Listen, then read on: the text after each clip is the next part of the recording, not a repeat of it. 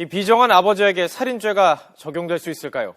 다친 아들을 숨질 때까지 내버려 뒀던 만큼 세월호 이준석 선장과 같은 죄를 물을 수 있다는 의견부터 발생한 지 오래된 사건인데다 직접 증거가 없어 쉽지 않을 거라는 의견까지 분분합니다. 이종원 기자가 짚어봤습니다. 살인죄의 첫 번째 구속 요건은 고의성입니다. 살해하겠다는 의도가 있거나 적어도 미필적 고의, 쉽게 말해 숨져도 어쩔 수 없다는 생각이 있었다는 점을 입증해야 합니다.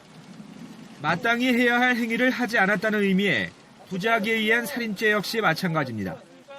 얼마 전 대법원은 승객이 숨질 수도 있다는 걸 알면서도 구호 조치 없이 먼저 도망친 이준석 선장에게 살인의 고의를 인정해 부작위에 의한 살인죄를 적용했습니다.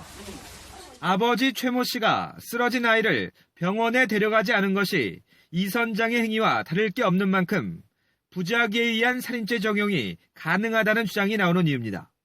그러나 이 선장이 승객을 위험에 빠뜨린 세월호 사건처럼 최 씨가 아들을 폭행하고 버려도 위중한 상태에 빠졌다는 사실을 입증해야 합니다. 현재는 욕실로 끌고 가다 바닥에 넘어졌다는 최 씨의 진술뿐이어서 부검을 통해 확실한 타살 흔적이 발견되거나 숨진 어린이의 상처가 사망으로 이어졌다는 인과관계가 증명돼야 하는 겁니다. 사건이 일어난 지 3년이나 지난 상황에서 직접 증거가 사실상 없고 수사가 최 씨의 진술에 의존하고 있는 현실을 고려할 때 살인죄 적용이 어려울 수도 있다는 분석이 그래서 나옵니다.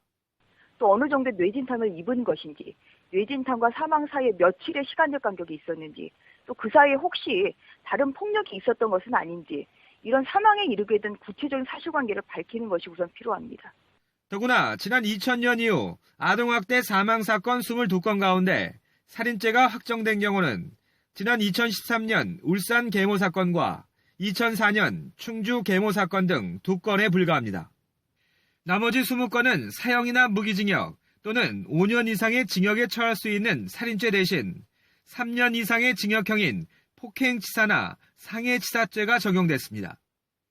아버지 최 씨가 구속될 당시 적용됐던 혐의는 폭행치사 등으로 무엇보다 부검 결과를 통해 최 씨의 진술을 뒤집는 정황이나 증거가 확보될 수 있느냐가 관건이 될 전망입니다. YTN 이종원입니다.